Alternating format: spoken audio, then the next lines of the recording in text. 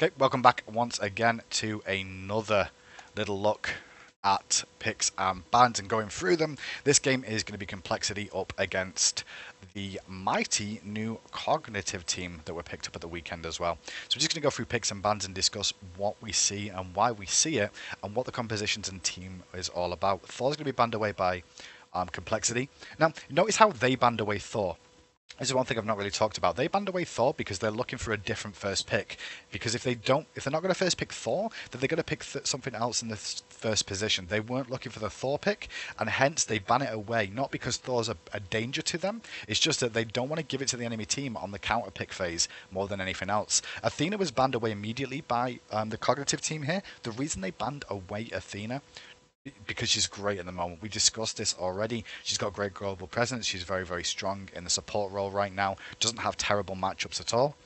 So not a surprise to see her banned away. Now with Athena being taken off the table, what this means is that they're looking to take out Nemesis now because they're trying to hit the jungler pool. That's what reads to me straight away. They're trying to hit the jungler pool more than anything else. Nemesis is very good against tankier targets. Take away Nemesis, you can look for more tankier targets in your lineup more than anything else. You're also going to see Serqet banned away. Serqet's still really, really strong. She's probably the one that's getting most bans that I've seen over the weekend against her over everybody else has been Serqet, at least from the North American side of things. Serqet was really focused out during the banning phase. Now notice how Complexity went for a jungler pick first of all. They realised that they've limited two junglers first of all and then picked up Bastet. Well, what other junglers are really left on the table? Well, Serqet got taken out as well. There's three junglers down. Pick up another jungler for themselves, the prime one that they want. Bastet, great in the early stages of the game, good damage output, good mobility, has a pretty good lot of matchups as well. So having a Bastet in this means that the enemy team's going to have to be careful about what sort of junglers they're going to go for because the potential isn't great for what's left. Ao Kuang is one of them, but Ao Kuang doesn't really have a great matchup against Bastet because if you bleed an Ao Kuang with Bastet's 2, he can't really use his illusion to escape. Why? Because it brings him out of stealth if he takes damage.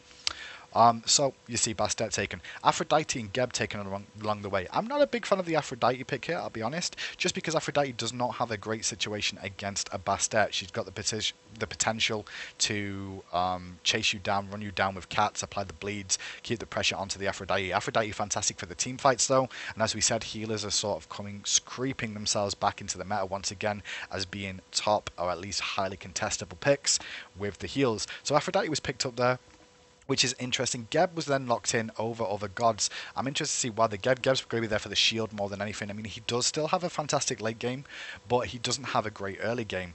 The other gods have good early games against him and a few issues. Sylvanas and Ra picked up. Ra once again with the healing coming out from Complexity there. He's going to be able to have a very safe lane. Whichever lane Ra's generally in, he has a pretty safe lane, unless there's an Anubis, which is one of his only really negative matchups that he really struggles with. Sylvanas locked in as well. Now, in that situation, Complexity could have looked through the whole support pool and gone, what do we want to go against Geb here? Well, Sylvanas still gives great heals to his team, has good wave clear because of his auto attacks as well. It's a little bit less than what it used to be with the push power, but it's not all about push power anymore in the lane. So it's not even really hit him that hard when you really think about how Season 2 started out. It's never actually going to really change that much. So you can see Sylvanas has a few issues there.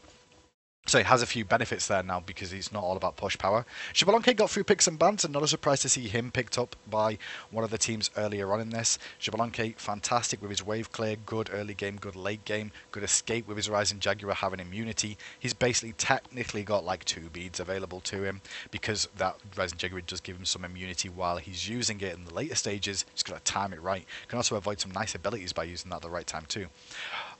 Ban phase comes through again. Ul was taken away. Ul is one of those that is starting to rise in the hunter pool now. He has pretty good matchups against some of the hunters, and one of them he does have a good matchup against is Xbalanque. He can poke the way from distance if required to, so Xbalanque caught him with the bowlers. He's also got good damage potential and hitting him with the axe before he can get to the Rising Jaguar form and do the full burst combos. So he was taken out. You can also see Carly was taken out along the way. Why was Carly taken out once again? Because it's all about jungle bans coming out from Complexity this time. They're trying to limit the jungler, and the jungler wasn't sure what he was going to take. Well, the jungler looks like he's going to go with Arachne. It's not 100% going to be Arachne yet. We'll know after the last pick, but Arachne could be in the jungle here. Arachne has really good sustain, really good damage and one of the best escapes in game in my opinion. Can reposition herself, bait a fight, go into a fight very, very late, re-engage if she chooses to, or escape for a long period of time, then jump over a wall at the end of it. So she's hard to pin down as an Arachne, and then she can sustain back up again with a Venomous Bite one more time. So it is going to be Arachne in the jungle. Across the way, we saw Odin picked up and Artemis. Artemis, again, we said, is very, very strong in terms of how she is in the meta right now. With a Sylvanas in that lane, it's going to be a little bit easier for them to clear up a lot more in terms of clearing the wave quicker than a Xbalanque and a Geb will. So you'll see those two combine very, very well. The Boar really effective in teamfight scenarios, especially in skirmishes. When you take into account that Arachne's going to be up close and Geb's going to be semi-up close, trying to get in there to cause issues. And Aphrodite's definitely in range for being able to be picked up as well, because her abilities aren't the longest. You do want to get in close to land those doves and the kiss as well if you want to come in close. So the Boar has a lot of potential to cause issues for him. And once again, you're going to see this Odin jungle with great burst potential, looking for the big wombos, trap people inside the ring. Well, when you look at the enemy team, one good thing is that they saved their Scylla for the last pick. Scylla, a fantastic mage, for one reason and one reason alone. I'm going to just point this one out. She's one of the only mid laners with an escape that can get out of an Odin cage. Every other mid laner suffers with having some way to get out of a cage from Odin. If you think about the likes of Isis, Agni, Poseidon, all of these gods do not have a normal way of escaping a ring. Scylla does with a Sentinel. That allows her to escape, so I like the fact they saved that for last pick and they were looking for the Odin pick to make sure they cause some issues. Problem with Scylla, though, is that her early game is not the strongest at all. Look down the lineups first of all. Let's just talk through those very, very quickly.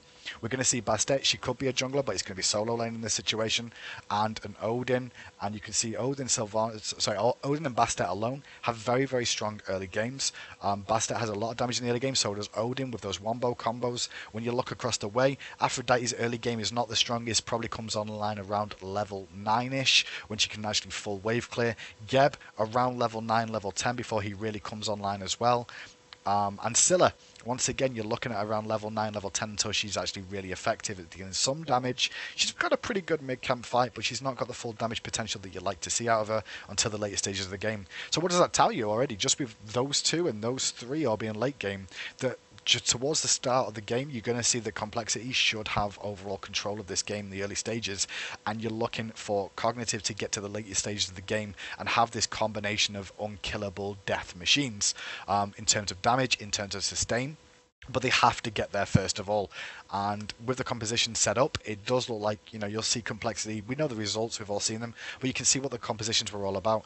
Complexity went for a solid lineup. They've got the early game with Bastet and Odin, and then towards the later stage of the game, they've got Artemis, which will come online with her damage potential, with the sustain from Ra and Sylvanas there to keep them all sustained up, looking for the picks and set up people as well. If you look at that whole team composition as well, Geb can't really escape the ring, Xbalanque can't escape the ring, Afro can't escape the ring of death from Odin. So during the later stages, if they can find a pick onto one of those three, or force Scylla's Sentinel early, they can try and chase her down with Bastet to pick her up if they need to.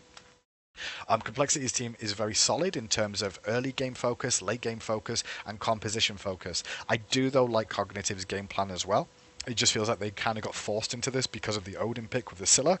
I don't think they would have preferred Scylla as the final pick for this composition, but they needed to make sure that he could play safe against the Odin in the early stages. What you'll see is that Cognitive should be looking for the farm and to get to later stages of the game. So they're probably willing to give up the early game quite considerably in terms of maybe giving up a Gold Fury or two if they have to, just to stay in the game and wait till the later stages. And then wait for themselves to get online, because when Aphrodite gets to late game, along with an Arachne, those two combined together is destruction. Xbalanque, again, we said how strong his late game is. Link him to an Afro with permanent heals and a Geb shield in the background. Thank you very much. Our late game is fantastic, but it's getting there that's going to be the issue for them. Complexity, though, all stages of the game, they're going to have influence in terms of fight potential for them.